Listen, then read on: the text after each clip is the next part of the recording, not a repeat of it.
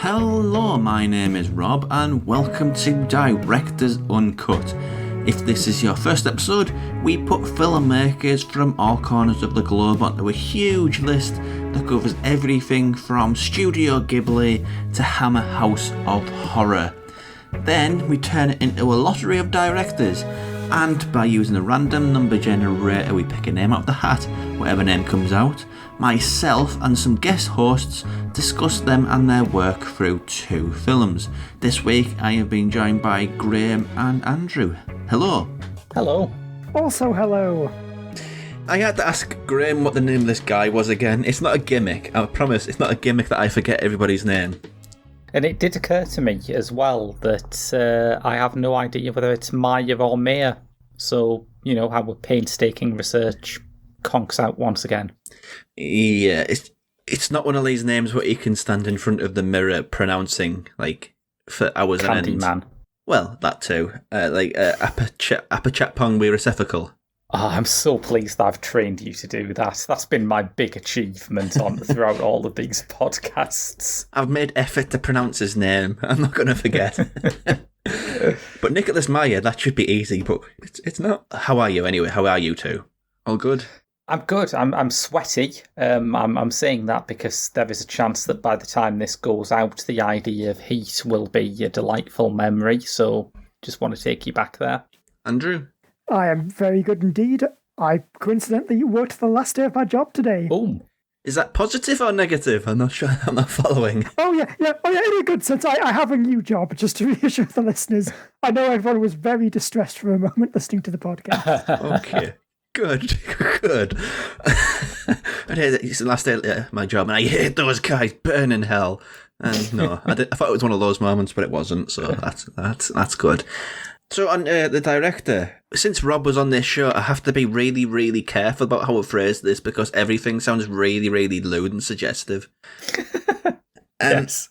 Movies that we've seen, have we seen any by Nicholas Meyer? I think that's as delicately phrased as I could manage. Yeah, classily done there. I haven't. This is, I think, the third time that we've done a director who I have not seen a single thing by after Craig Brewer and Makoto Shinkai. It's looking through his list of films. Oh, I have in fact seen probably the one he's most well known for, Star Trek II, Wrath of Khan. Yeah, this question this week is essentially asking, are you a Star Trek fan? Yeah, and no, I'm not. So yeah. I'm on Graham on this one.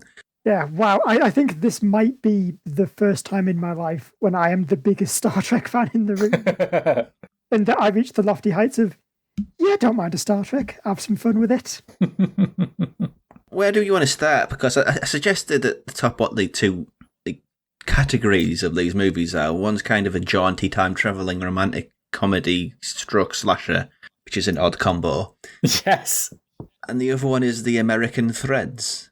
I know I say that weird, but... Yeah. Should we start with The Day After? It was the first one that I saw, and yeah, I think it might be an interesting one to start with. Current world intelligence situation, and you might pay particular note to the nuclear submarines off the east and west coasts. Having already captured NATO advanced positions. Hey, any of you guys hear anything about an alert? I really don't think either side wants to be the first to use a nuclear device. It's not a question of who, but where. East Germany sealed off the borders to West Berlin. It's not going to happen. Four principal West German access corridors. We're crazy, but not that crazy.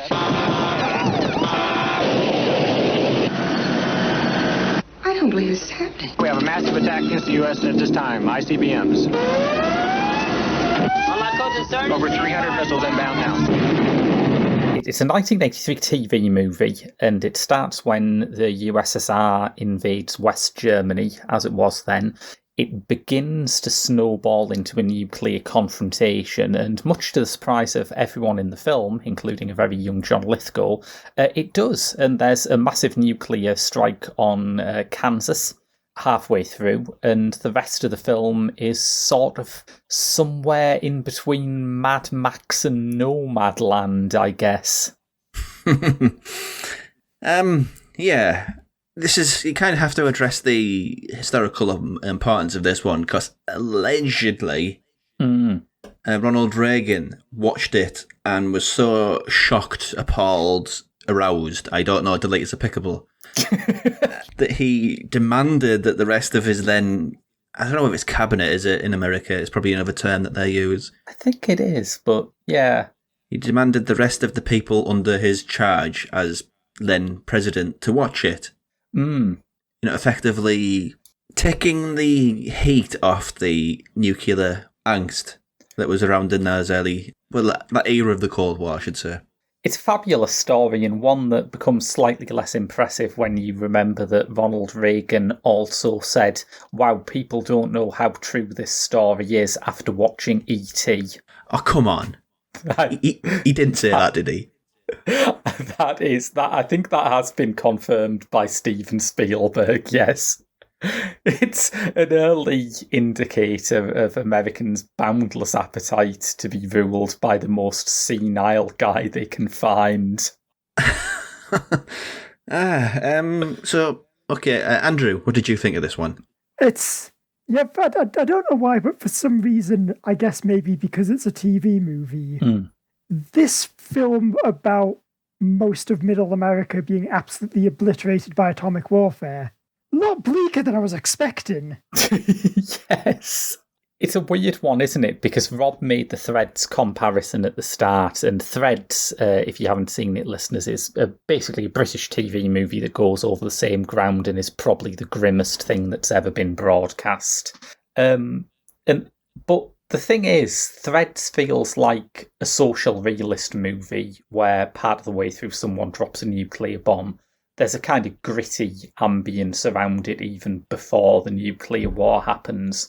Whereas, as Andrew says, this feels like a mid-80s American TV movie with big stars and, you know, a cast of characters who are designed to showcase every facet of American society, disaster movie style, and you just don't expect the back end of it to be them slowly dying of radiation sickness. Yeah, especially because that opening is just the most, like, twee apple pie, white picket fence. Ooh, isn't it all lovely? Yeah. And look at all these nice farmers and how they wave to each other and oh, isn't America great and friendly? It's even got a scene, like the most obvious of obvious scenes that you get in an American thing to just say how American it is. It's got a young girl coming home after a night out with her boyfriend and the dad's waiting there saying, "What time do you call this?" And it's got my house, my rules. Yes. Sort of scene. It's like, why is this here? This is really weird. But isn't that girl called Jolene? And so large parts of the script do feel like, you know, Dolly Parton's writing sessions, just repeating the name Jolene over and over again. And I also have to mention, it isn't in the second half, but I absolutely love Steve Guttenberg's shit apocalypse beard. It just looks like someone smeared jam on him. I spent so much of the back half of the film wondering, like, is that a beard or is it some weird, like, radioactive skin condition? It can be both. It can be both. Yeah, he was not the face I was expecting to see in this movie. The Goot. Well, the other big face is John. Oh, his name's gone now. Jason Robards. No, I mean, he's always the best thing in any of the movies he's in. John Lithgow. Yeah, John Lithgow. I've seen him in quite a bit recently. Mm. And I think that is one of the first things that I want to sort of address, really. Yeah. I can't remember Threads, I just remember the fact that my history teacher showed us it in year 9, so that's, what, about 13? Yikes. And no movie's really scared me since. Yes. But this... It's tame, and it's going to be compared to Threads, obviously, and I don't remember if Threads has like a main character in it or what, because it's been a long time since I've seen it. But the problem with this is I don't know who I'm supposed to sort of, like, a focal point, a central character that you're supposed to rally behind and get behind and hope that I survive. It's not that, it's an ensemble, and honestly, I didn't care what happened to any of them because it didn't really give me a case to be interested in any of them. It's just, here's some really typical Americana people. Yeah, it's funny, and I think Threads, from my memory of it, I haven't seen it in a while either, but I think Threads' structure isn't that dissimilar, but I think it is very different when you've got a cast of, like, British character actors where, at most, you might think, oh yeah, it's Thingy from that thing. Whereas when you've got Jason Robards in it, you kind of feel like he should have a movie star part. And I don't think it quite subverts that enough to be interesting, but I don't think it leans into it either. It's weird. And also, it's not, I don't know what the endeavour behind Threads was, but with this, it kind of calls back to 1950 sci-fi. I've mentioned them many a times at the end of them. It basically has the scientist character point at the camera and say, only you can prevent mad sort of giant ants from killing us all, which is a weird stance for a movie to take. What, you're pro-mad giant ants killing us all, Rob? That's a bit of an extremist position. It is a bit. But at the end of this... I mean, to be fair, as someone who used to work in customer service, I'm with Rob. At the end of this, as like a text dump, doesn't it? Yeah, saying that basically we've toned all this down so we could get on telly. Yeah, it's gone Disney. It's Disney's version of the nuclear apocalypse. Walt Disney's Threads. You don't want to say it because they could buy the rights to it. That's how everything else is going. Disney buys the BBC in their entire... Oh, God, I've said it. It's going to happen now, isn't it? That's how the internet works. Yeah. But yeah, I know what you mean. It does have that ending block of text, which is very much designed to sort of throw things back into the lap of the viewer and say, look, if you don't want to be wandering around central Kansas and have it look even more of a dump than usual, please call your congressman or woman. It's making a great case of being a madman who lives in the woods. Yes. It's just a hard film to really... I mean, for one, I'm going to be completely honest here. It's 2 hours and 6 minutes. It is too long, isn't it? I'm glad you said it. Yeah. I watched it on 1.25 speed on YouTube. And it didn't change much. It just made whenever the black character, whose name I can't remember, whenever he ran, it was kind of like Buster Keating style silly run. Oh, this sounds good. And it's the only way. It's the only way I could process it because it was just too long. Yeah, and I think that's, for some reason, that just seems to be part of the format of TV movies around this time. It was kind of like, do you remember, like, back in the late 90s, early 2000s, there used to be this thing on British television of theme nights where you just book out a block of BBC Two or Channel 4 for one night and have shows and films that were all on the same subject. They've not done that in a while. Not done it in a while. It used to be, like, ubiquitous. But TV movies in America just seem to be like that. They had to be, like, an event that lasts the night. And I'm not sure it does this any favours. Mayer did have to fight to cut the script down to a manageable level. But like you, I still do think it's too long. It had to be. Yeah, I definitely had to take kind of a couple of breaks watching it just because it does drag quite a bit. Yeah, and the thing... It's directionless Blake in the second half. It's just all slowly dying. I know that this makes me sound like some sort of monster who's probably going to end up a serial killer someday, but show me something interesting. People dying slowly isn't interesting. I don't know. I found the bleakness of the second half kind of more gripping because I can't think of another American film that is quite like that. That is like, well... This isn't Red Dawn. We're not about to rally the Wolverines around and begin the fight back. There is no fight back. We're all going to die. I thought that was both interesting and certainly more interesting than the opening half, which, as we have said, does lean into that kind of cheesy disaster movie. Just an ordinary American suburb until thing very hard. My God, cheaters have a dark Christmas episode. I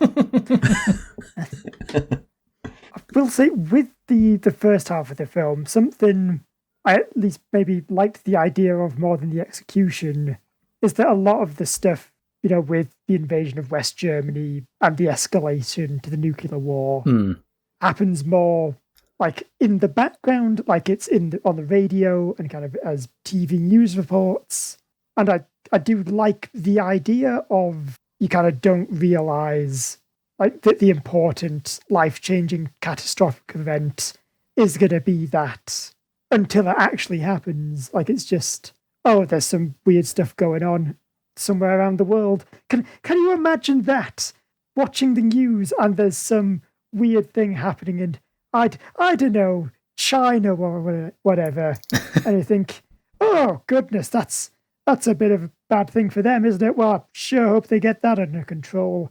Good thing it's not going to affect me here in England.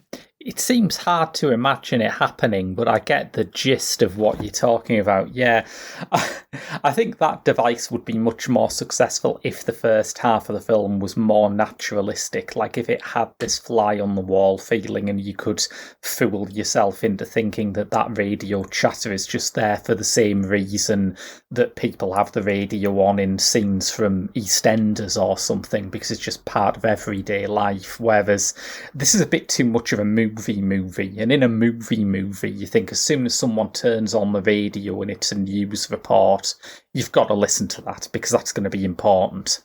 Yeah, I guess it also doesn't help that the things it's cutting away from the radio too are quite dull. Yeah, that as well. In the comments, apparently, so take this with a huge pinch of salt, like life-threatening, like a dump truck worth. But apparently, in an earlier cut, the voice of the president that appears sort of after the incident, the 300 bombs, I think it is, are dropped on America. Apparently, the original cut of that had a voice that was much more Reagan-like.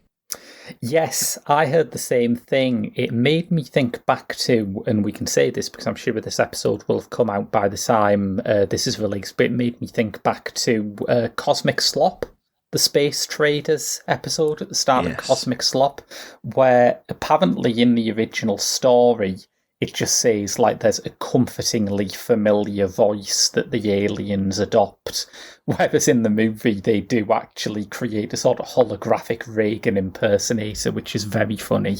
Yeah, apparently it was...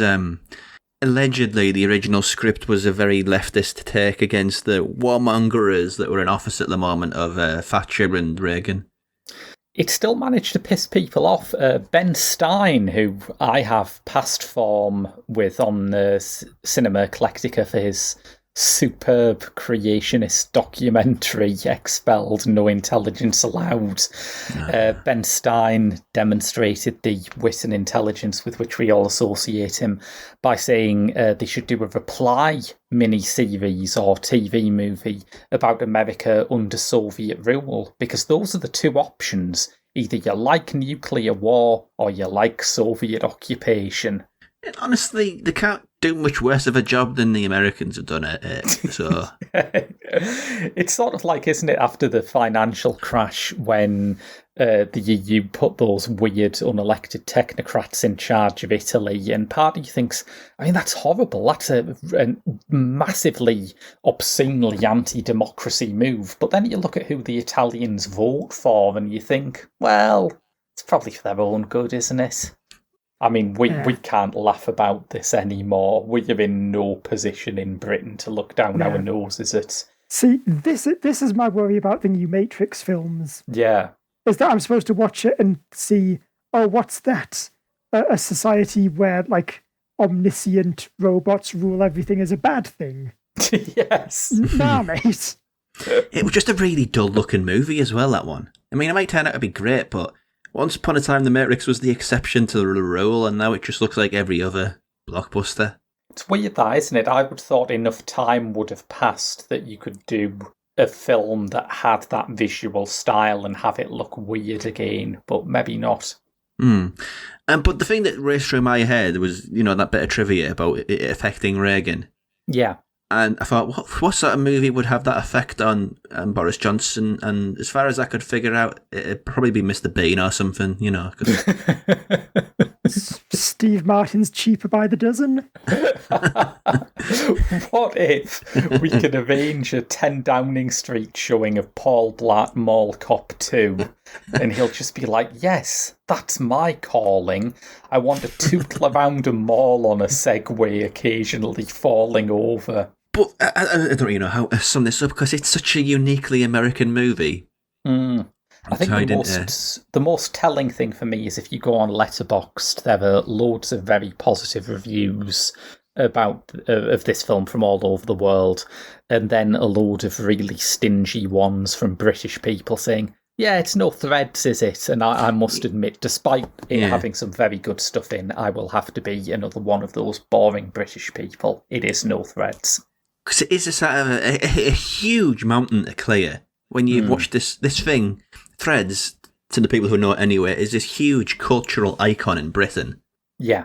Cause it basically terrified the nation, because it didn't hold any punches. It was savage. And I maybe liked it a bit more than you two then, because I have not seen Threads. Maybe, yeah, I think that might be the key. The only other thing that I can think of that's given me that Threads vibe is the miniseries Chernobyl, which is terrifying because it's basically non-fiction Threads. Yeah. I mean, I guess that was maybe more my thing than it is watching it going, yeah, it's no Chernobyl though, is it? I mean, it's not people turning into literal lasagna. Yes. It's I don't want to use the term Americanized, because I don't know if that actually means anything, but I think a better way of describing The Day After is it's kind of sanitized. It's a sanitized version of what this story could be. Yeah, I'll go with that. And I think I might appreciate it more if I knew more about what censorship constraints they were working under. It's like, I'm very fond of Stanley Kubrick's version of Lolita, because I think, well, you know, when you consider that the Hays Code was still technically in effect, obviously there's no way that this can be anything like the novel, so let's just sit down and appreciate it for what it is. But I don't have that context. I don't know enough about American TV in the 1980s for that to happen here. Okay, so have we got any closing remarks on The Day After? I think that's covered it for me. Yeah, I think the only thing for me was kind of something I did find quite chilling, basically after the fact, is because there is a scene where, what's her name? Jolene, I think we said. Yeah. Where she's like dying in the hospital, and she kind of says, look, they've given me this ribbon to wear, but I don't have any hair to put it in. And that in and of itself is quite a sad moment.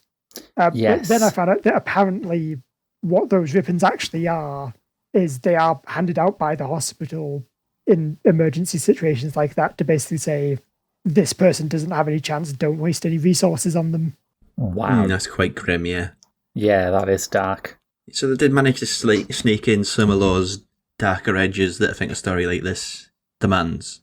Yeah, it's just maybe a shame that perhaps because of the censors, they weren't allowed to like fully just commit to that. Yeah. I suspect that is the case, because 1983, we're talking about an era of like television where we're talking the TV shows getting in the 20 millions and the really, really high figures of people staying home watching these things, like event TV. Yeah. And then my other thing was, because I thought another quite effective scene was kind of when the bombs hit and you see kind of a bunch of people kind of just getting absolutely vaporized. And I thought it was quite, like I say, effective, just the idea of, yeah, no, they're just gone. Like, it's just, bam, those people don't exist anymore. I don't know, I think that footage might have been used in a punk rock music video. It just felt really, really familiar, and I couldn't place it. There are you perhaps thinking of the video Spooky Scary Skeletons? Maybe. There are a lot of films which use that particular stock footage of the shed being blown away in a nuclear test. It's at the start of Mad Max Fury Road, it's in Slacker, and I don't know, I always enjoy seeing it. That's my Wilhelm scream, to be honest. I love spotting that. Já a moji kamarádi jsme prožili nejkrásnější prázdniny. Podnikli jsme velikou výpravu až do pravěku. Halo! Halo! Mami! Jsme tady na přepravě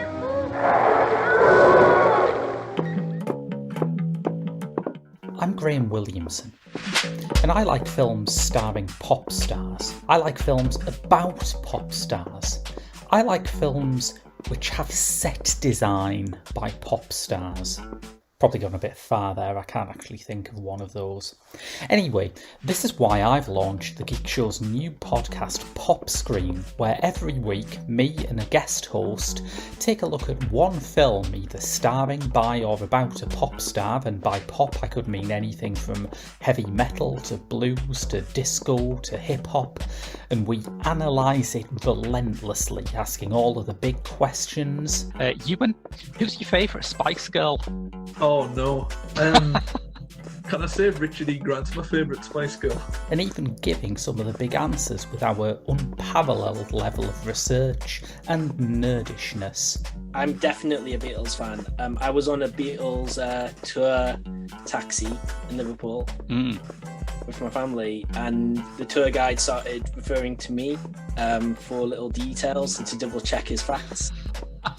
So whether you're an absolute beginner or a 24-hour party person, get swept away. I'll stop doing this now, I promise. By Pop Screen, the new podcast from the Geek Show Podcast Network. It's about music, it's about movies, it's about nonsense. We're hosted on Audio Boom and available on your podcast provider of choice, as well as the Geek Show's YouTube channel. Remember to like and subscribe. Stepping out for a moment of the discussion about Nicholas Meyer with Graham and Andrew to do a little bit of a mid-roll. But before we do that, at the end of it, there's going to be a clip from a previous recording where we pick who the next director is. And that next director will be the last new recording of season 1. We're cracking through them steadily but surely. I think after that it'll be straight through with Patreon, maybe 4 or 5, something like that left. And then there'll be an end of season break.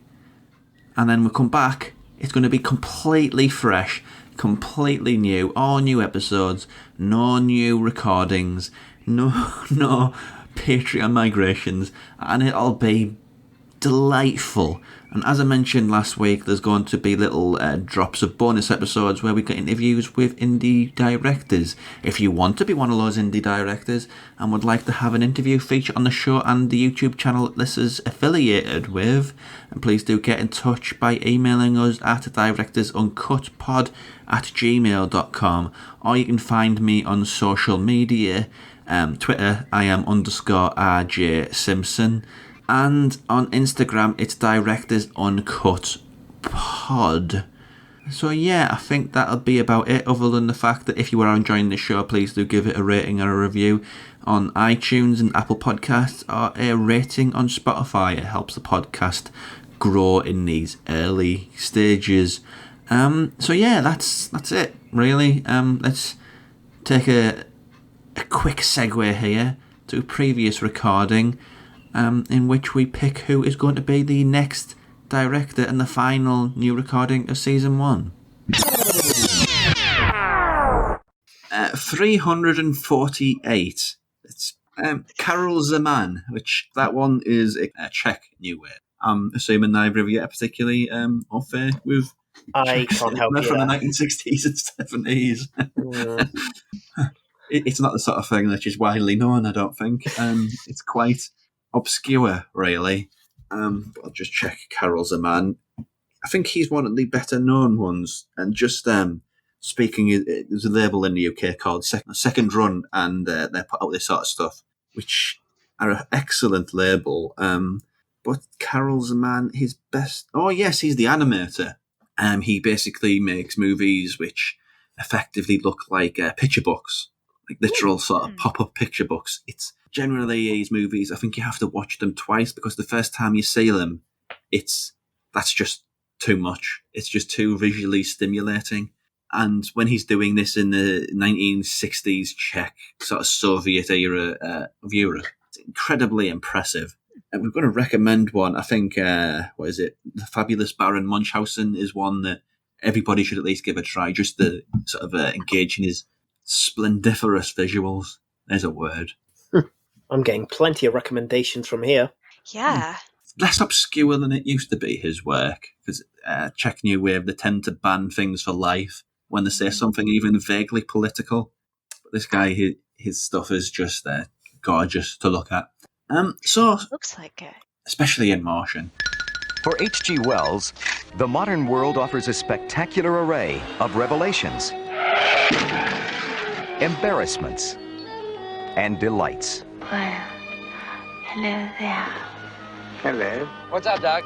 I beg your pardon? You were saying? Where to? Could you please take me as quickly as possible to the Hyatt? But Wells has not come here as a tourist. His visit will be somewhat more dangerous. For he is pursuing Jack the Ripper, a villain who has eluded his fate by escaping into time. 90 years ago, I was a freak. Today, I'm an amateur. I'm obliged to take you back to face the consequences of your acts. You take me back. How do you propose to do that? By force? Be reasonable, John. We don't belong here. The casting is weird because Malcolm McDowell plays H.G. Wells, and he's just the loveliest, most charming, earnest, Isn't he just whimsical person.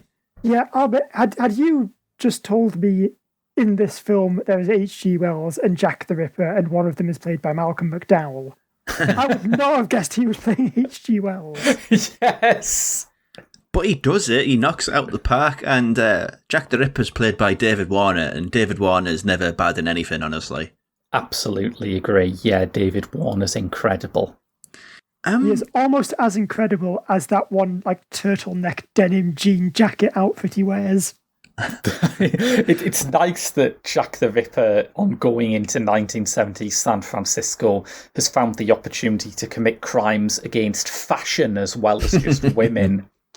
So, what are our feelings on this one? You know what? I really goddamn enjoyed this. Andrew? I feel like we've maybe just swapped around, because I maybe liked The Day After a bit more than this one, because the Day After, it was actually about something. And this, it was just a bit of whimsy, and it was fine. Aww. I liked it well enough. I'm just not sure. Had I not needed to watch it for a podcast, I probably wouldn't have bothered. Oh, yeah, absolutely the same, but it's one of those little pleasant surprises. Yeah, I agree. And, sometimes you see something that is basically a trifle, but you think, well, to mix a trifle like that, you have to have a certain kind of brilliance. There's a lot of ingredients in here that should basically backfire. There's quite a lot of the film which is taken up with H.G. Wells romancing a modern-day American woman, which is it works. They've got chemistry. She's played by... Not just that, they ended up married. Yes, well. Exactly, yeah. Malcolm McDowell and Mary Steenburgen. But, yeah, it works on its own terms, but you think, that's quite a weird gambit, isn't it, to put a sort of lengthy rom-com interlude in a film about Jack the Ripper? But it works. It just works. Yeah.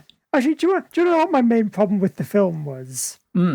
There was a moment where I was genuinely quite pleased that it seemed like Jack the Ripper had just been almost immediately killed in a car accident, and the rest of this film was just going to be a delightful little romantic comedy. I think I would have preferred that than just oh no, we've got to stop Jack the bloody Ripper. I did like it. I fit somewhere between the two of you. I did like it, but I also agree with Andrew there, because one of the things I'm a real sucker for is fish out of water stuff. Yes. And just having H.G. Wells not knowing what anything is in 1970s San Francisco, I would have totally dug an entire movie of that.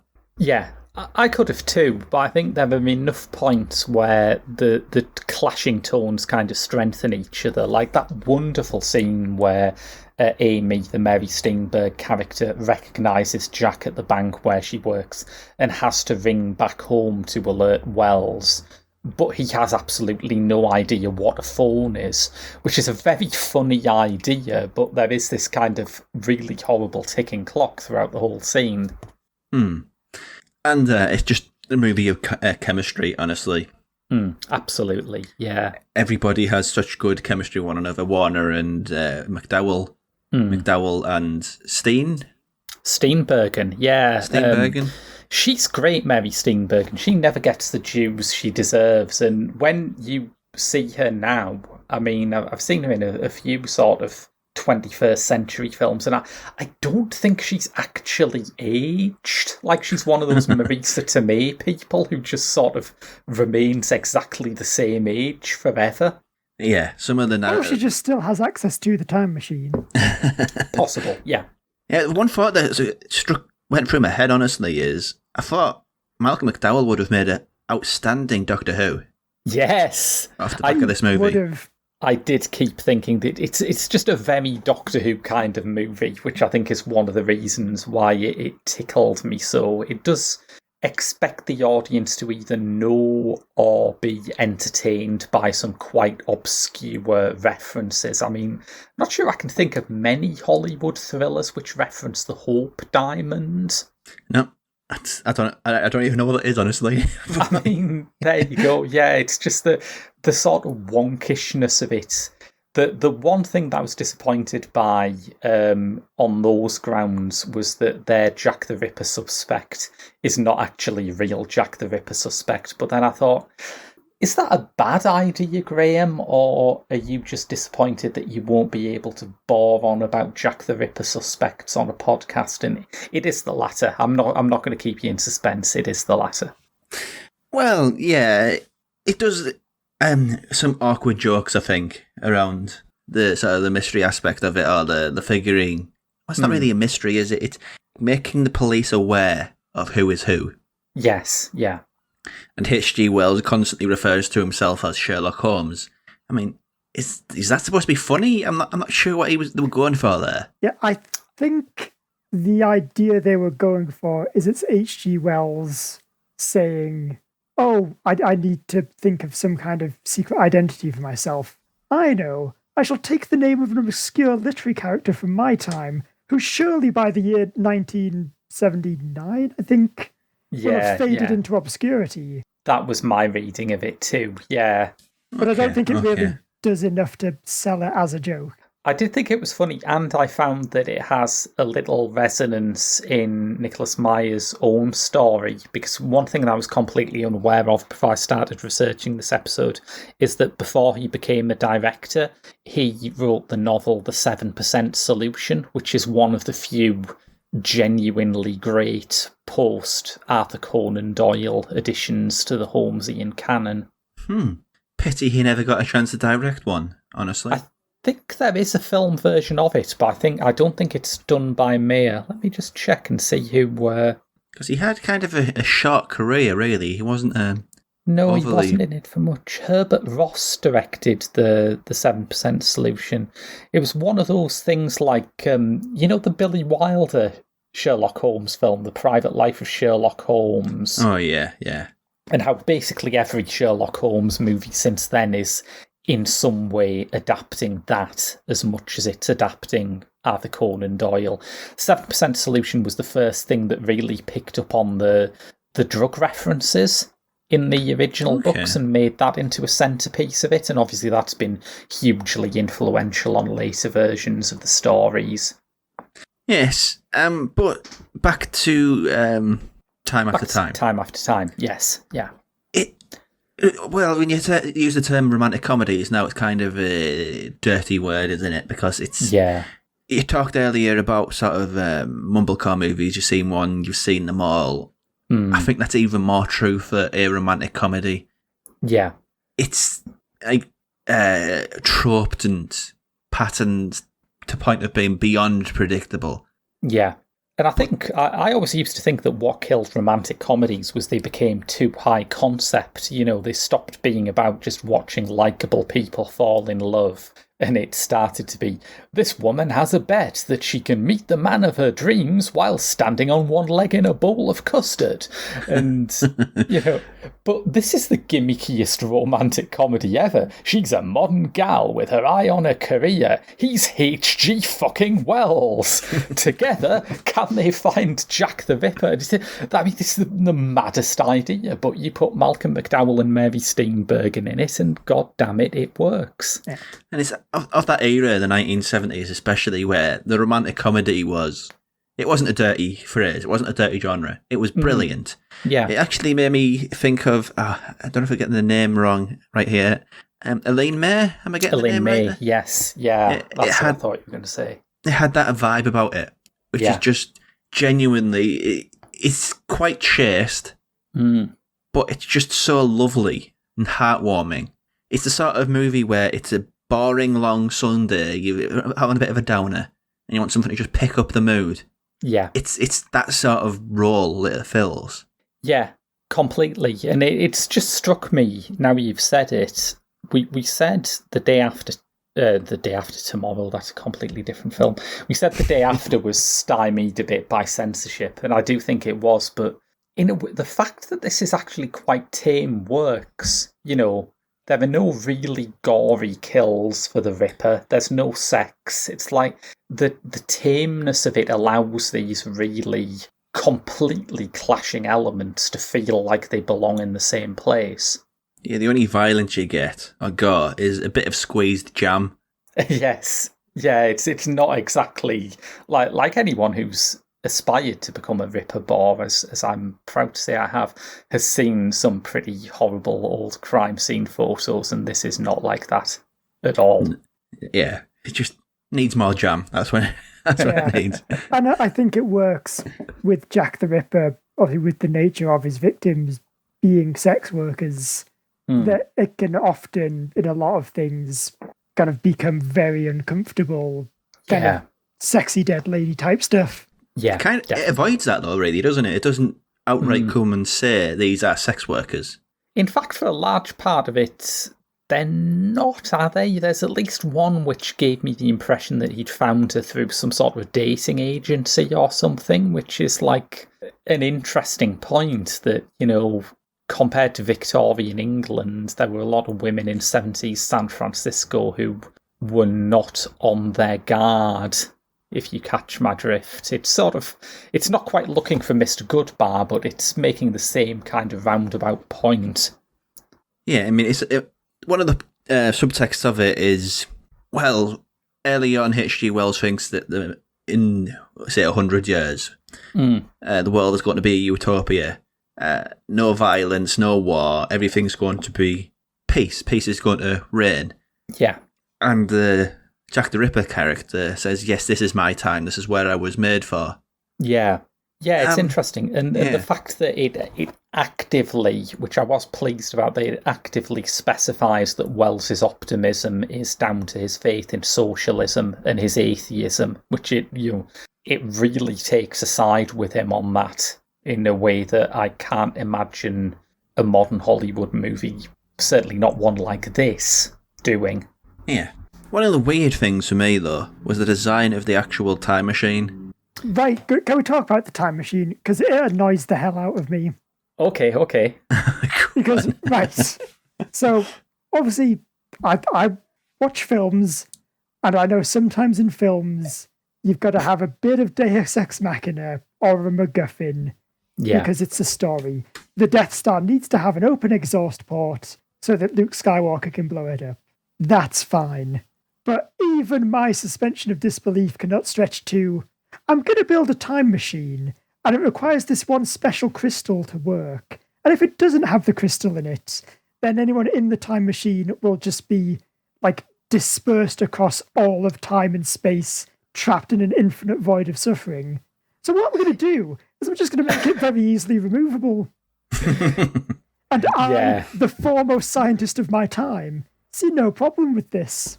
It's like, it doesn't make any sense except for to have a scene where the bad guy is about to escape in the time machine, so H.G. Wells pulls the thingy out to kill him. And also H.G. Wells. Your big speech about, oh no, I'm not going to use a gun. The man who uses guns is the man out of ideas. Just because you murdered a man in a more creative fashion doesn't make it better. I think a gun would be a mercy, honestly, compared to what he did to him. Yeah, I will agree that the movie's Achilles' heel is that a time travel story in general needs a more ingenious ending than this, because time travel stories play to an audience of people who are trying to work this stuff out in their head as much as, like, murder mysteries do. And yeah, it doesn't quite work. But in Wells's defence, he's got a liberal arts background. He probably makes a load of stupid engineering mistakes all the time. I think it would work for me a bit better if it was like that Jack the Ripper was about to escape, and then H.G. Wells revealed that, I've already removed the thing because I've finally managed to outthink you, rather than him just going at the last second, oh wait, but what if I just pull this out? Yoink. Oh wow, I could have resolved this problem ages ago so much easier.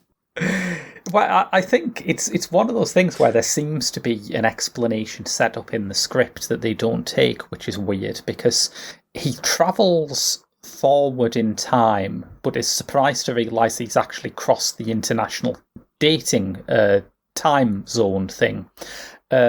Because he ends up in San Francisco rather than London. And the reason for this is because the time machine he created has been transported overseas to be part of a museum exhibit in San Francisco. So clearly it operates not like a car, but like a sort of telephone where you have to have something on the receiving end in order to for this to work at all. So my assumption was that Jack the Ripper was going to get in the time machine, be immediately beamed back to Victorian London. But that would sort of mean that you'd change history and the Ripper mystery would be solved, which, I don't know, maybe they weren't willing to go down that route. Whose hand was that? Is Jack the Ripper just keeping a pocket full of hands? It's a good question. I think, because this is the bit where H.G. Wells thinks that Amy has been killed. Yeah, and I think she says later that it was her friend from work who she'd invited over. Yes, you're right. Yeah. She does, yes. I must have missed that. We much prefer it being just a random hand he has. A surplus. So, closing thoughts on this one? Well, I think despite its plot wobbles, I do think it's kind of delightful, really. It's very easy to see why it has its cult reputation, and if you want to talk about, like, changing history for the good, if we could persuade Malcolm McDowell not to do Caligula in the same year as this, he'd have had a pretty great career as a romantic comedy leading man. He'd have been the Hugh Grant of his generation. That's a nice thought. And A Clockwork Orange would look really weird. Yes. Speaking of, I did have the thought that this is my second favourite film in which Malcolm McDowell has a bad time in a cinema.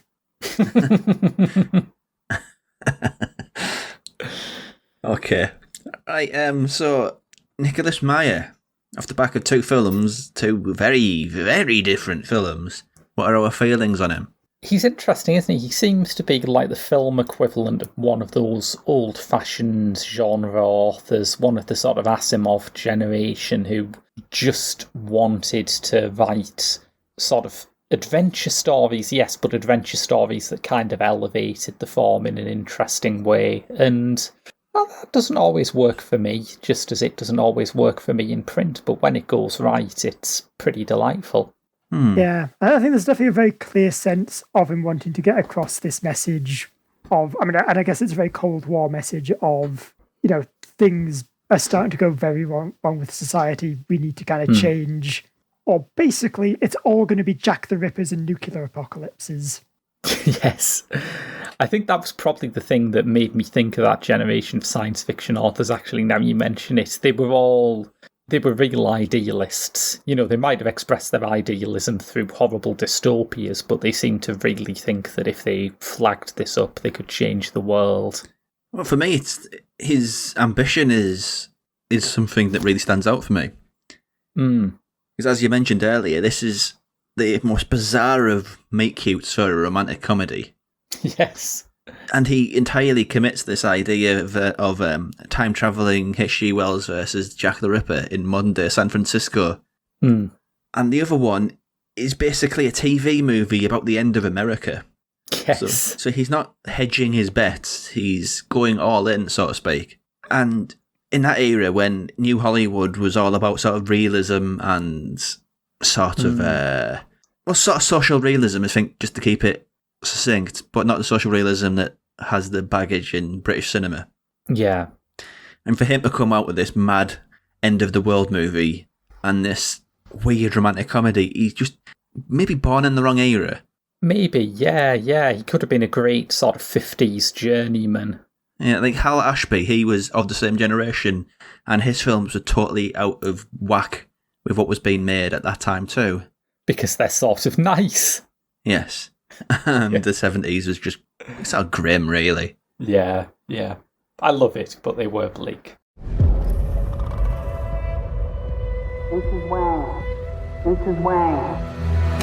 Mrs. Wang, are you with us? I am paying attention.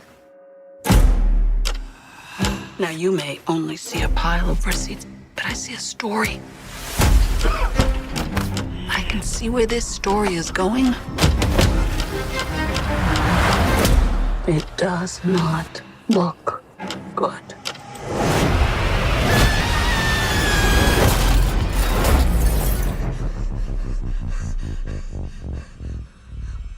What's happening? I'm not your husband. I'm another version of him from another universe. I'm here because we need your help. Very busy today. No time to help you. Across the multiverse, I've seen thousands of Evelyns. You can access all of their memories, their emotions, even their skills. There's a great evil spreading throughout the many verses. And you may be your only chance of stopping it. Don't make me fight you. I am really good. I don't believe you.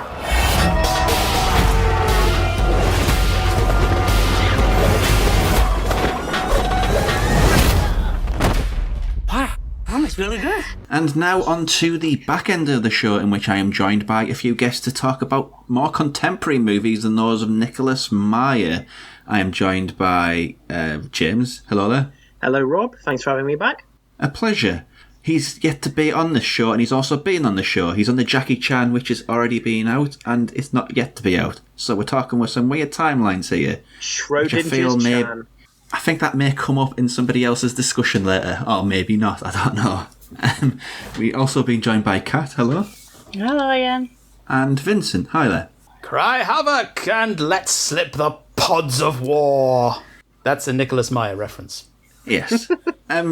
Have any of you seen any of his movies? I mean, there's one which people will have seen.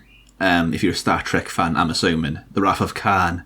Oh yeah, I'm a big Trekker, and have seen all the Star Trek movies. And yes, so I'm familiar with Nicholas Meyer, who wrote and directed The Wrath of Khan, co-wrote Star Trek IV, The Voyage Home, and directed Star Trek VI, The Undiscovered Country. My personal favourite Star Trek movie. Because, let's face it, you can't go wrong with Christopher Plummer as a Klingon spouting Shakespeare. Well, you got me at Christopher Plummer. You lost me at Star Trek, I think, unfortunately. So yeah, new movies. It's kind of a hectic time for him now, really. Really hitting the stride with the summer releases. I guess it's summer now, May. I think you go by blockbuster date. I think March is when the summer blockbuster season starts, so yeah. Who wants to have a go first? Who wants to talk about a movie first? How about James starts off, as it's his first time here? Okay, push me forward. Well, one film I watched the other day was this New Zealand film from the early 90s called Once Were Warriors. And it's from director Lee Tamahori, who he's delivered more well-known features such as Die Another Day, the Nicolas Cage star Next, the XXX State of the Union starring Ice Cube, or is it Ice-T? I always forget between the ices. I think they emerge at the same time. Merge to become Vanilla Ice. Oh no! Don't remind me he exists. Sorry. Terrible. Nothing vanilla about Ice Cube or Ice Tea. They need to stop, collaborate, and listen. True. Okay. So those 3 films Lee Tamahori directed fit into a certain box of Hollywood blockbuster. His directorial debut, Once Were Warriors, is absolutely nothing like those. What it is it's an adaptation of a novel. I shamefully can't remember who wrote the novel. I'll come back to that, I suppose. But it's about this woman, Beth, who's determined to make a better life for her children and keep her family together while suffering horrific abuse from a violent alcoholic husband. What you have is this powerful and harrowing tale which somehow manages to be hopeful by the end of it while being quite a tough time to sit through. And what really brings it alive are the phenomenal performances. You've got Rena Owen as the matriarch, Beth, who's really trying to make things better for her kids while struggling with her day-to-day life. And Tamura Morrison, who is best known nowadays for his role in the Star Wars series as Jango Fett and the various clone figures and Boba Fett in later shows. But I don't think he's ever been better than this role here. And it really showcases how these big Hollywood roles he's taken have really underutilized this phenomenal actor. And I think it's just a phenomenal feature, which I can't say I'd recommend for everyone because it's so tough. But if you are up to the task, I think it's a great film. It's a funny national cinema, New Zealand, because it never really seems to take off. It always has these little bubbles where one director will pop up. Absolute amazing streak. Peter Jackson, Taika Waititi. There was one, I think it was called Sleeping Dogs, that I wrote put out, which is an early Sam Neill movie, I think it was. But it never really takes off. But the talent there is amazing. It's kind of a sad thing, really. It's the same with Australia, really. I'm speaking as an English person, so what we see is very, very minimal. So the reality might be very different, but that part of the world in cinema always seems like a shame to me because there's so much more out there that we aren't seeing. Yeah, it's criminal that this film was shut out of the Oscars of the year it was released. But awards, well, whether they mean anything or mean nothing is up to you, really. But it's just nice. Wow.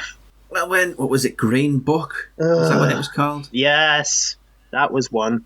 When that does well in Driving Miss Daisy and all of these fluffy movies win, assign your own meaning to Oscars, what you will, really. Okay, so Kat.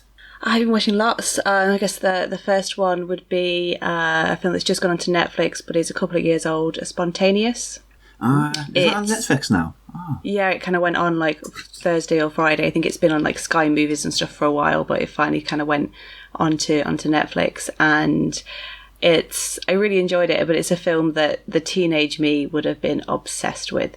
It's set in America, and it's all within one senior class where students keep randomly exploding. Literally just buckets of blood everywhere.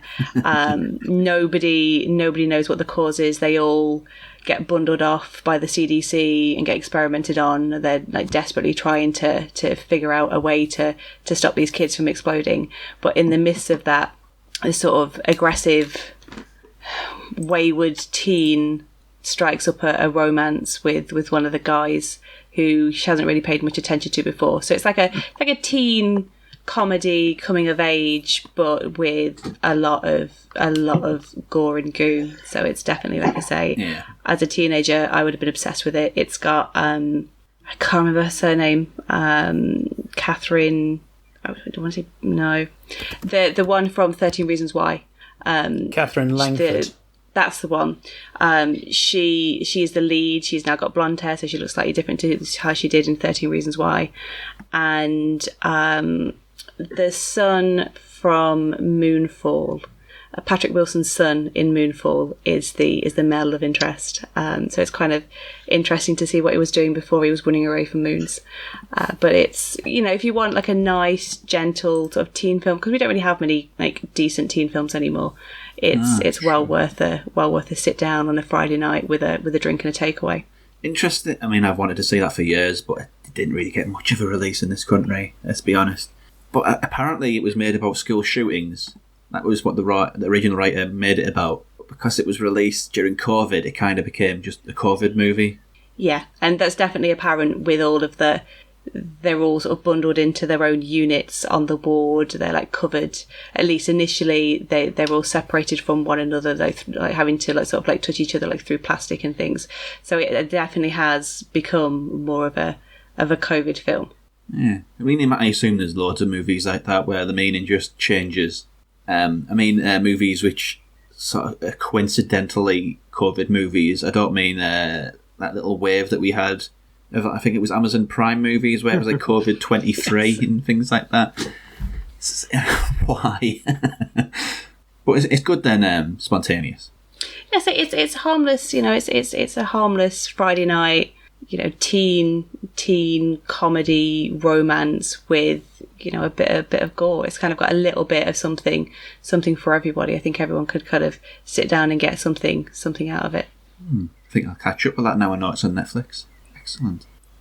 Vincent, I want to talk about different identities in different spaces, because I realised just lately I've seen several things that all kind of look into this. Now, one of these is something that we've discussed previously, and that is Doctor Strange in the Multiverse of Madness, where we get to see different versions of the same characters in various different incarnations. And, having seen, now I was eagerly anticipating Deceit Mom, as nobody is calling it, and I certainly enjoyed it. I thought it was narratively wobbly, but visually dazzling, and it had some delightful horror inflections in this tale of selves and yearning and fears and bodies. Yes. But you know what's great right now? Is if you are a fan of multiverse movies, there are 2 out, because you could also go and see Everything Everywhere All at Once, which and the stars are bickering as well. That's a thing. And that's what, sorry? Jamie Lee Curtis is bickering with the cast of Doctor Strange, isn't she, on Twitter? Oh, is she now? Okay, fair enough. Well, I will say, it's Jamie Lee Curtis as you've never seen her before. But then again, I think Everything Everywhere at Once works as a film like nothing you've seen before. It is extraordinary. It is bonkers. It is a brilliant bonanza of concepts and emotion and cinematic invention. So what's great is, although in one sense both of these films take the conceit of the multiverse, they actually are very different. There's, and I think they're both equally enjoyable in their own right. Perhaps Everything Everywhere at Once is willing to go a bit more crazy, but there is actually a connection between them, because I only realised this when watching Everything Everywhere All at Once. It is produced by Joe and Anthony Russo, who directed 4 Marvel installments thus far. So yeah, there is a clear connection there, and it's interesting to see when you take concepts that don't have to fit into a larger franchise, you can say, right, and yet it's still very easy I would say easy, but it's perfectly comprehensible. I don't know whether you saw the Daniels, they call themselves, Kwan, and I don't know what the other one was called. Shaynert, I think. Yeah, their previous movie, Swiss Army Man. Oh, yes. Yeah. Very odd little film. Hated it. Oh, dear. Because it takes the wacky just that little bit too far. That's my worry here, that Everything Everywhere All at Once takes that wacky way too far. Well, then I suppose, okay, if you are not a fan of really weird, wacky films, then I don't think it will necessarily work for you. Oh, no, it's not wacky so much. I think the thing about Swiss Army Man was the whimsy and the wackiness. It tried to be every sort of Sundance drama about coming to terms with everything, while also Daniel Radcliffe is a farting corpse. So okay, I see your point. I wouldn't say it does try to cover pretty much every human emotion possible. It doesn't have, if you like, as much of the farcical, or should that be fartsical element. Sorry, that was a stinker. Yes, of Swiss Army Man. Having said that, it does have some very quirky moments. I mean, James, I know you've seen it as well. Kat, how about you? Yeah, I literally watched it last night. That was on my list. So, but I mean, I think it does have those elements of like wacky and whimsy, but obviously Swiss Army Man, the whole film is poor Dano using Daniel Radcliffe's farting body to survive, and this sort of reins it back a little bit. I will say that an elderly couple walked out during my screening last night. There was kind of got to one of the fight scenes and they just didn't like where it was going, and they politely excused themselves and sort of bundled themselves down the stairs. So it isn't a film for everyone, but I think if you give it a chance, there's still something there. 'Cause I mean that's about an hour into the film, so they liked the first hour. There was just one bit that sort of pushed them a little bit too far, and I think if they'd have stayed in the cinema, they would have continued to enjoy the film, because it was just a brief scene, but they obviously decided otherwise. I think if people have watched the film, they're going to have a good idea where that scene would be leading that you're referring to. Yes. But whereas I haven't seen it, it's all a mystery. What I think's key about this, Everything Everywhere All at Once, is that it takes the more serious stuff and the more absurdist stuff as though they're YouTube videos, but treats them all with the same sincerity and brings them all to similar emotional places with a great seriousness, but also having fun with it. It's always a concern as well. I think that the hype is probably its worst enemy, because you look at Letterboxd and I think it's got a 4.6 out of 5 average, which is putting it up with like greatest of all time territory, really, which I don't think it is it really? Well, it's always hard to say. It's getting that kind of positive response because it's new, and I think it's a matter of people who are seeing it are really liking it, as the three of us are, and then we're the ones talking about it and promoting it, and it's getting a lot of positive buzz. I think I did indeed go into it with this sort of expectation I was going to like it, and even when there were points when I realised, God, this is really long.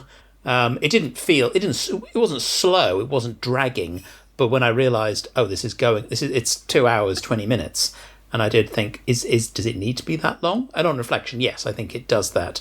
It uses the time very well. But at the same time, I wonder if I had gone in not knowing as much, not having the expectations I did, maybe my response would have been different. I think I was sort of predisposed to like it. Well, I'll catch up with that eventually, I assume. You have to, really. It seems like one of this year's big must-see weird things, I guess. Well, there may be better films this year, but I'd be very surprised if there are weirder ones. Oh, I don't know. There's a new Cronenberg coming out. Ooh, good point. Good point. Well made. Yeah. Has that got a release date yet? I don't think it has it? It has in America, it hasn't over here yet, but I think it's out in June over there, so I doubt it'll be much longer over here. Okay, so I've got 2 movies that we've talked about previously, but we've skipped over, and another one which I think all 3 of you have seen, so I can't really miss that. I'll go with the one which I've literally just finished about half an hour ago. Chris Siverson's Monstrous, which played at Glasgow Fright Fest a few months back. That is correct. Yeah, that's where I saw it. This one stars Christina Ricci as... It's implied that she's basically ran away from a relationship where she was being abused and her son was being abused. It's set in 1950s Americana with all of the very, very cliched 1950s songs. Ones which I'm sick of hearing, but there's a reason for that. It does loop around and make sense of that. But this is a very difficult movie to talk about. fundamentally, it's a movie about they're in this house, there's something in the pond, this creature that wants to drag the sun underneath. And I don't know how much further I can really go without going into the spoilers and the mechanics of it, but fundamentally it's a movie about the mental well-being of Christina Ricci's character and what she uses to cope with the things that have caused their mental distress, which I think is shrewd, the tactics that it uses to tell the story about Christina Ricci. It's just, I think, how can I put this? What was it called? The Sand movie in Mars, it's a really generic name, I can't remember the name. John Carter. John Carter. John Carter. There we go. Yeah. John Carter was written in the early 20th century, and it was like a forebearer of everything it did, but because everything copied off it, it felt really, really generic.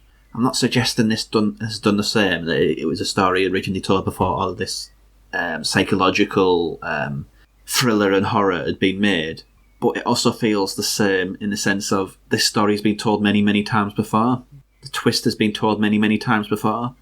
So more cine-literate people may see it coming, but which I think is doing it a disservice because I think it's very well made and very well told, and Christina Ricci's probably never been better. Now, I don't know whether that's a compliment or a criticism, because she's never really had a role which demanded a great deal of her, I don't think. Not that comes to mind anyway. I mean, she's great in Yellow Jackets. That's obviously that's TV, TV, not film. But that really pushes her, and it really utilises the skill set that she has become known for. And I think you're right. Monstrous is again, it's sort of been written for her range, and she does what she does. Well, I couldn't imagine another actor playing the role any better than she does. Yeah. She's got the entire aesthetic as well as her. The costume, it's got the 1950s vibe down perfectly. She feels like a 1950s housewife. She's really done her work on this. But yeah, it's what I literally haven't finished watching it half an hour ago, so it has to settle. But my immediate reaction is that I think it's been done a disservice by that twist being told in so many other movies. But can you mark it down for that? I'm not sure. I don't think so. I mean, I found that Monstrous went in directions that I was not expecting. It had this wonderful combination of dreamlike imagery, paedophobia, and these blurred lines between perception and reality. And what I think was really ingenious about it is it has this critical nostalgia. So we're getting the 1950s being presented in all their detail, but in much like, say, films like TV series like Mad Men or recent spy films like The Imitation Game and Munich. It's also showing that this is an era that often gets kind of idealized, like it was in the 50s, and it's being presented here in all its stylish glory. But I think Monstrous is also very much demonstrating that those times are just as fucked up as nowadays are. And I think that's what makes the film really stand out for me, anyway. It's got some great moments, great shots as well. See if we can talk around this. When the time changes when she walks out of a interrogation, I think that's a great rug pull moment. Mm-hmm. I think I've evaded spoilers there. Yeah. So, James, what else have you been watching?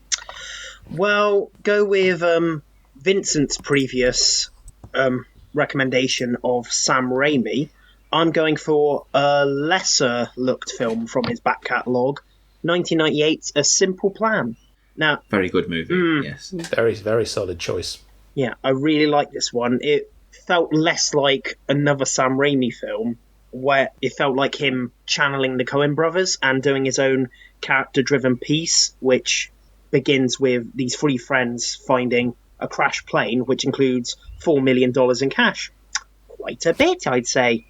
Doesn't, just while you pause there, isn't there a relationship between Raimi and the Coens? They did work together on one film, Crime Wave. I think the Coens wrote the script for that. It was Raimi's second feature. But funnily enough, they also shared a flat or something with Frances McDormand and Kathy Bates. Oh, wow. Yeah, imagine all that talent. Back in the day. Yeah, imagine all that talent under one roof. Oh, too much. Too much talent. But yeah, these friends discover this money and they take it and they have plans to use it when things have settled down, hopefully when the suspicion is off that they worry about. But all this money causes is their lives to spiral into paranoia and backstabbing, and it plays out so grippingly. And it's an excellent showcase for the cast, but I think this is one of Billy Bob Thornton's best performances. He's just so quietly saddening, and it's rightfully received an Oscar nomination, which feels quite astonishing. This feels like the kind of film which would have been overlooked, much like as it is nowadays, in all honesty. Yeah, I mean, it's Sam Raimi to a T. He's overlooked. I mean, I know he's done a Marvel movie, but before that, I can't remember the last time he was really talked about beyond his producing duties. Might have been Oz the Great and Powerful. The last thing he directed prior to Doctor Strange was Oz the Great and Powerful. Yeah. Yay! That wasn't a good movie, was it? Not really. But in the 90s, early 90s, I'd include Spider-Man in it to an extent. He was an absolutely great director. Oh yeah, he could, when he had the chance to just let loose, I think he was fantastic. And it's a shame that studio meddling really interfered with like Spider-Man 3, and I still like that film, but you can kind of see it with Venom and some elements in that film. Too many cooks spoil the broth, yeah. Although it is interesting that you can that Doctor Strange in the Multiverse of Madness, that does feel like Raimi getting to go full Raimi with a full Marvel budget. So that's there the balance seems to have been struck. Just out of curiosity, does Bruce Campbell have a cameo in Simple Plan? He's not in a Simple Plan at all. Oh wow, that's an exception to the rule. I know, it's shocking. The card's in it though, isn't it? Might be. I'll be honest, I'm not good at spotting his car unless it's Evil Dead. The Oldsmobile. Yeah. Okay, that'll be worth a revisit. That, I mean, there was another Western that he did that I can't remember the name of. That's got some interesting Raimi-isms in as well. Quick and the Dead. Yeah. Oh yeah. The Quick and the Dead is bizarre to watch nowadays because, like, yes, this is a great movie. It's built around, this is a movie built around Sharon Stone and Gene Hackman. And you say, that's Leonardo DiCaprio, that's Russell Crowe. I think we know who the big stars coming out of this are. So, Kat, what else have you been watching? So, I'm in the minority, but I quite liked the new Firestarter. I went to see it on Sunday. And I mean, I went with expectations through the floor, so I think that definitely helped. I know that in America it's gone straight to streaming, which is causing a big uproar on Twitter about, obviously means the quality is bad. But I mean, I've seen the 1984 original. I don't really remember much about it other than that young Drew Barrymore's in it, and I remember it being long. And this one is 95 minutes, and the pace is really fast. Like it just goes from the get-go and doesn't sort of let up, which is nice because you don't want the time to sort of think about what's happening, because then maybe it would start to unravel. But it's not amazing, it's not great, it's fine, it's a fun way to pass the time. It was a Sunday afternoon, it was a bit rainy outside, it was quite nice to just go and sort of lose yourself. The performances are great. The script might not be the best, and the directing might be what you've seen 1,000 times before within the horror genre. But the Zac Efron and the young lead do good work, and there's a nice sort of semi cameo from Kurtwood Smith, who's always nice to see wheeled out onto the screen. But yeah, I don't quite get all the hate for it. I'd happily watch it again when it comes onto streaming. But I mean, I might have been swayed by the fact that the apple pie ice cream that I really like was back in stock, so maybe I was just riding that sugar high. Maybe. I mean, I think the original Firestarter is probably more notable for the fact that it was going to be a John Carpenter movie, but I can't remember which movie he directed that bombed and they took it off him. It was one possibly The Thing that bombed. Yeah, it might have been The Thing. That's its cinematic legacy, the original Firestarter. Yeah, but I mean, he does the score on this one, and I mean, if nothing else, you can go and just enjoy listening to his score for 95 minutes. And although it's set in modern times, it almost feels more 80s than the original because of that inclusion. Vincent. Yes, well, I'm going to cheat slightly. I said I wanted to talk about different identities in different spaces, so I'm going to cheat by talking about a TV show, a streaming series that I just finished watching the other day on Apple TV, Severance. Now, yes. Severance is a show that takes the idea of, well, you leave your work at the office literally, as it features the central conceit is that people have their work persona and their out-of-work persona severed. They arrive at work, they go down the elevator, bing, they are a different person. It is a premise that, on the one hand, could sound kind of appealing, but, oh my God, this is one of the most chilling things I have seen in years. It is stylish, it is measured, and it has this constantly crawling feeling of menace. And it's incredibly, and it's got me thinking on so many different levels. You've got psychological torture, you've got sociological pressure, and you've got philosophical questions over the nature of identity. I mean, of the 9 episodes, 6 of them are directed by Ben Stiller, who shows that those who do comedy well are the most talented artists, because if you can do comedy, then you're probably talented enough to do anything. And his direction is spot on. To be fair, the direction from the others is as well. It's gorgeously written, very, very tight. And there are various points in different episodes, and I was thinking, like, is this actually going to get even more creepy and disturbing? And oh yes, it is. Great. I think the bit that got me the most was when there are these 2 versions of every character. There's the innie, who is the work persona, and the outie, who is outside. And there's a scene where there's a recording of an outie talking to their innie, and the outie says to the innie, "You are not a person. You don't get to make decisions. I do." So out of context, it means nothing, but I'm assuming in context it's very haunting, yeah. Oh, yeah. So if you were thinking about, is there stuff on Apple TV that's worth getting hold of? Yeah, I would say absolutely. You Apple preempted me brilliantly there, by the way. I was just about to ask that. Is Apple TV worth investing in? Because there's that, and there's another series I wanted to watch by Kim Ji-woon, Dr. Brain. That's on that one I've not seen, but I may well check it out. I mean, as I say, a further cheat I'm doing is I'm currently on like a 3-month preview free trial of Apple TV, so I'm not paying for it yet, but will I might, because of course I want to see more Severance. I got the free trial when what was it called, Ted Lasso was the big thing on Twitter and on the internet. Wasn't worth keeping for that. So I have 2 which I'll blast through quick because we've talked about them before. You Are Not My Mother and The Batman, which would make a weird double bill. Yeah. You Are Not My Mother is the directorial debut by Kate Dolan. The elevator pitches, it takes place in the North Dublin council estate, and one day a child's mother goes missing. After breaking down in a car in like a common green, she comes back and there's something weird about her.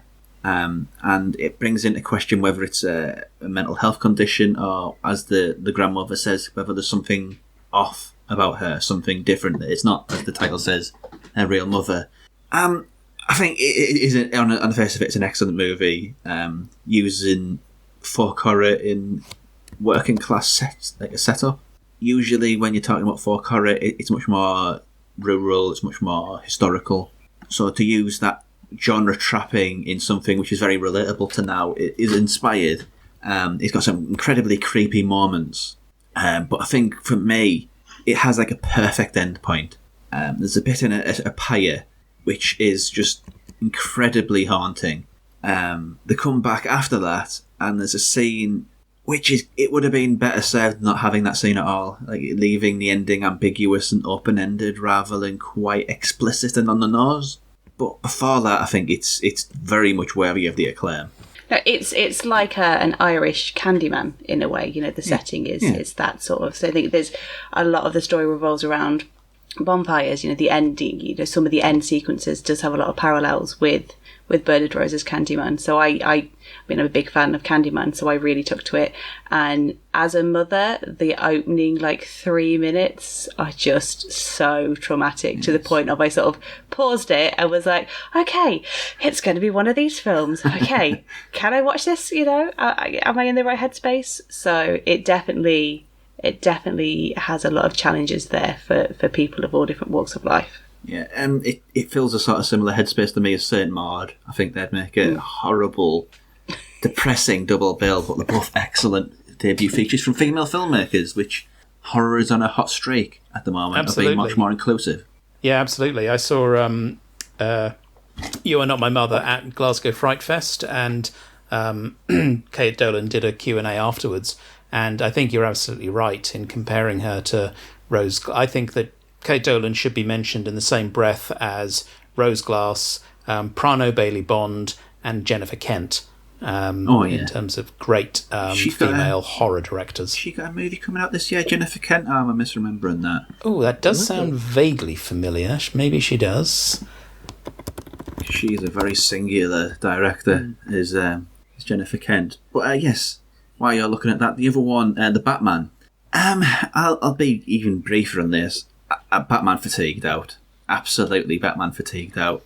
I do think this one does a lot of great work. I think Matt Reeves sets it in a Gotham which I can totally get behind, this dank and dirty sort of run-down Detroit, and a very emo Batman who actually puts the eyeliner on and the makeup around his eyes, so it makes sense. It's sort of a costume. But I think its biggest problem is it's just too long. It's near 3 hours. I think for me, it kind of ran out of steam towards the second hour. Ultimately, I think it does some great things. Like Robert Pattinson is great, and he's got the best jawline of any Batman. And Robert Pattinson's just great. He's got my most Twitter activity is when I tweeted once about Cosmopolis, just saying nice things about that. So he's got his fans.